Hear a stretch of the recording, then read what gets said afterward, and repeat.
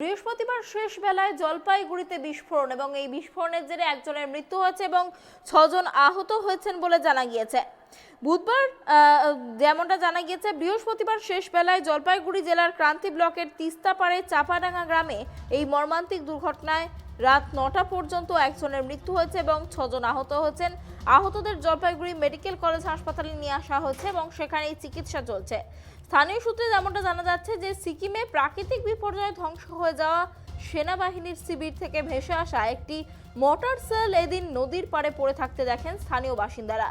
সেটিকে কোনো ধাতব বস্তু ভেবে এবং সেটি ভালো দামে বিক্রি হবে এই আশায় সেটি ভারী লোহার অস্ত্র দিয়ে আঘাত করতেই বিস্ফোরণ ঘটে। এই বিষয়ে বিস্তারিত জানবো, আমাদের সঙ্গে রয়েছে আমাদের প্রতিনিধি সুরজিৎ।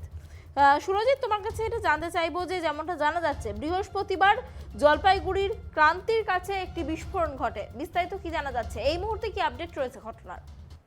দেখো, কতবার রাত্রে মৃত্যু হয়েছিল একজনের, তারপর আবার রাত গড়াতে না গড়াতে আরেকজনের মৃত্যু হয়েছে। এখন সেই এলাকার শান্ত পরিবেশ এবং সেই এলাকায় পুলিশ মোতায়েন করা হয়েছে এবং পুলিশ প্রশাসনের পক্ষ থেকে বিভিন্নভাবে প্রচার চালানো হচ্ছে যে এরকম যদি সিসার থেকে কোনো ধরনের বস্তা বা বাক্স উদ্ধার হয় প্রশাসনের সাথে যোগাযোগ করতে। অনন্যা, সুরজিৎ, আরো যেটা জানতে চাইবো তোমার কাছে যে এই ঘটনায় যারা আহত হয়েছিলেন তাদের চিকিৎসা চলছিল, তাদের শারীরিক পরিস্থিতি কি বর্তমানে কি জানা যাচ্ছে? তাদের উত্তরবঙ্গ মেডিকেল কলেজে তাদের রেফার করা হয়েছে জলপাইগুড়ি সুপার স্পেশালিটি হাসপাতাল থেকে। এখনো পর্যন্ত এতটুকুই আপডেট রয়েছে। অনন্যা, অনেক ধন্যবাদ সুরজিৎ আমাদের সঙ্গে থাকার জন্য। আপনাদের আরো একবার জানিয়ে রাখি, বৃহস্পতিবার শেষ বেলায় জলপাইগুড়ি জেলার ক্রান্তি ব্লকের তিস্তাপাড়ের চাপাডাঙ্গা গ্রামে মর্মান্তিক দুর্ঘটনায় রাত 9টা পর্যন্ত মৃত্যু হয়েছে একজনের, আহত হয়েছেন আরো 6 জন। স্থানীয় সূত্রে যেমনটা জানা যাচ্ছে, সিকিমে প্রাকৃতিক বিপর্যয়ে ধ্বংস হয়ে যাওয়া সেনাবাহিনীর শিবির থেকে ভেসে আসা একটি মোটর সেল এদিন নদীর পাড়ে পড়ে থাকতে দেখেন স্থানীয় বাসিন্দা। সেটিকে নিজের বাড়িতে নিয়ে যান এবং সীসার তৈরি ওই বস্তু ভালো দামে বিক্রি হবে এই আশায় ঘরে থাকা ভারী লোহার অস্ত্র দিয়ে আঘাত করতেই ঘটে যায় বিস্ফোরণ।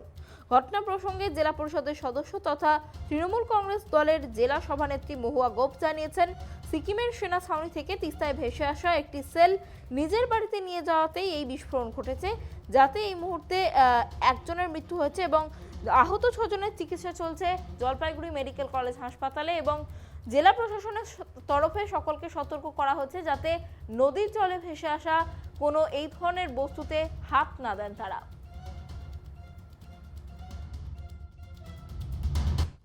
বন্যা কবলিত এলাকায় পরিদর্শনে আমাদের সেচ মন্ত্রী এসেছিলেন, কিন্তু তার মাঝে এখন যেটা এইমাত্র যে ঘটনাটা ঘটেছে চাপাডাঙ্গায় বহুবার এটা তো বারণ করা হচ্ছে, আসলে সিকিম থেকে বহু মানে ধস নেমে গিয়ে যে সব কিছু নদীতে ভেসে আসছে, অনেক মানুষ পার্শ্ববর্তী এলাকার মানুষ সেখান থেকে সেগুলো তুলে নিয়ে যাচ্ছে। তো এইরকমই একটি বাক্স ওখানকার মানুষরা তুলে নিয়ে গেছে, সেখানে ওই আর্মি একটা ক্যাম্প, আপনারা তো জানেনই, একটা পুরো ক্যাম্প ভেসে গেছে এবং বডি এই পর্যন্ত কুড়িটা বডি পাওয়া গেছে সেই আর্মিদের।